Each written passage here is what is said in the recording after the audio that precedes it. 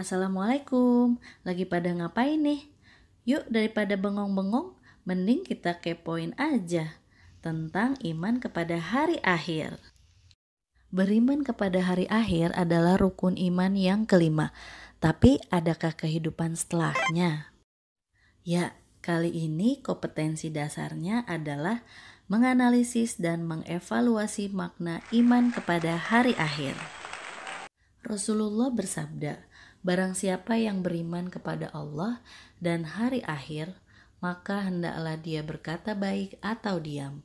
Hadis riwayat Bukhari dan Muslim. Lalu Allah berfirman di surah An-Naba ayat 17, "Sesungguhnya hari keputusan kiamat itu waktu yang telah ditetapkan." Nah, dalam pembahasan beriman kepada hari akhir ini, kita akan belajar tentang fungsi beriman kepada hari akhir, dalil-dalil, kehidupan setelah kiamat, dan peta jalur yang akan dialami manusia. Fungsi beriman kepada hari akhir. Yang pertama, sebagai pemelihara diri manusia harus selektif dalam berbuat, bertindak, dan beramal.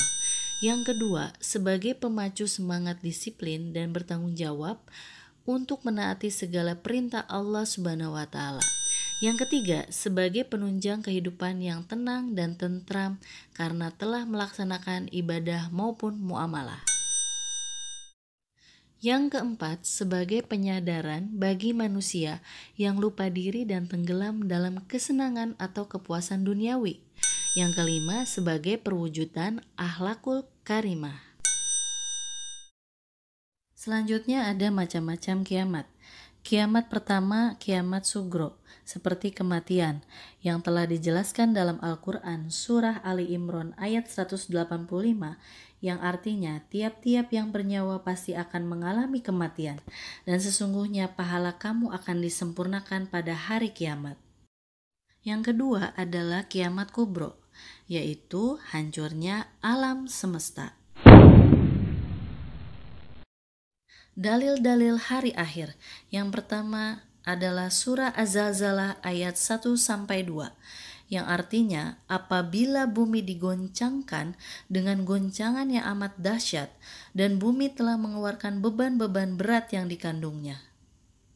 Dalil yang kedua, surah Al-Waqiah 1-6, yang artinya apabila terjadi hari kiamat, terjadinya kiamat itu tidak bisa disangkal.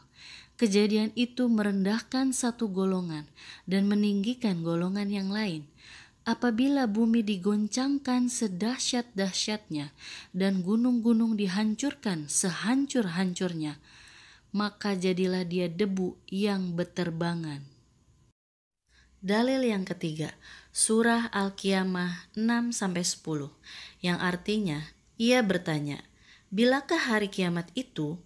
Maka apabila mata terbelalak ketakutan, dan apabila telah hilangnya cahaya, dan matahari serta bulan dikumpulkan, pada hari itu manusia berkata, "Kemana tempat lari?" Nah, lalu apa yang terjadi setelah hari kiamat ya? Ternyata ada yaumul ba'as, yaumul hasr, yaumul hisab, yaumul mizan, dan yaumul jaza. Yang pertama ada Yaumul Ba'as. Yaumul Ba'as adalah suatu saat ketika semua makhluk yang bernyawa dan berakal akan dibangkitkan setelah mengalami kematian atau kiamat.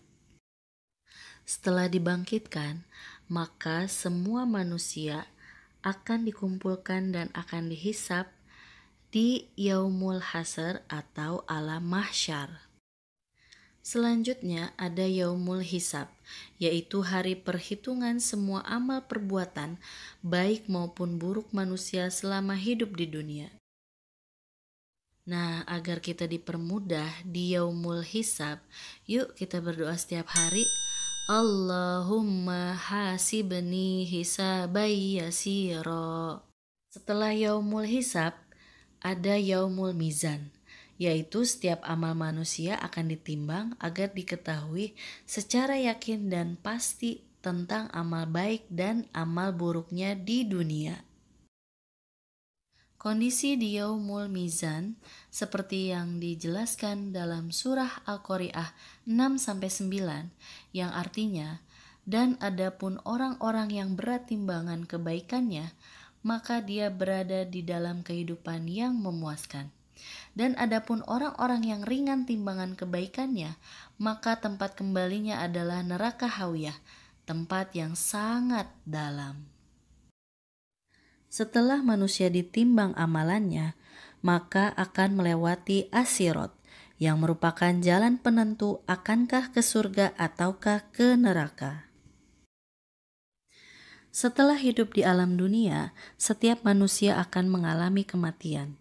Ketika sudah berada di alam kubur atau alam barzah, maka nanti akan dibangkitkan di Yaumul Ba'as setelah hari kiamat.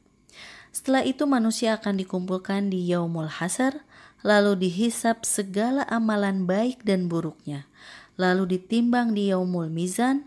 Setelah itu akan melewati as-sirat untuk menentukan balasan yang setimpal yang telah diperbuat oleh manusia selama di dunia. Akankah ke surga ataukah ke neraka? Wallahu a'lam. Alhamdulillah, sampai di sini dulu ya. Semoga apa yang kita pelajari hari ini menjadi ilmu yang bermanfaat. Amin ya robbal alamin.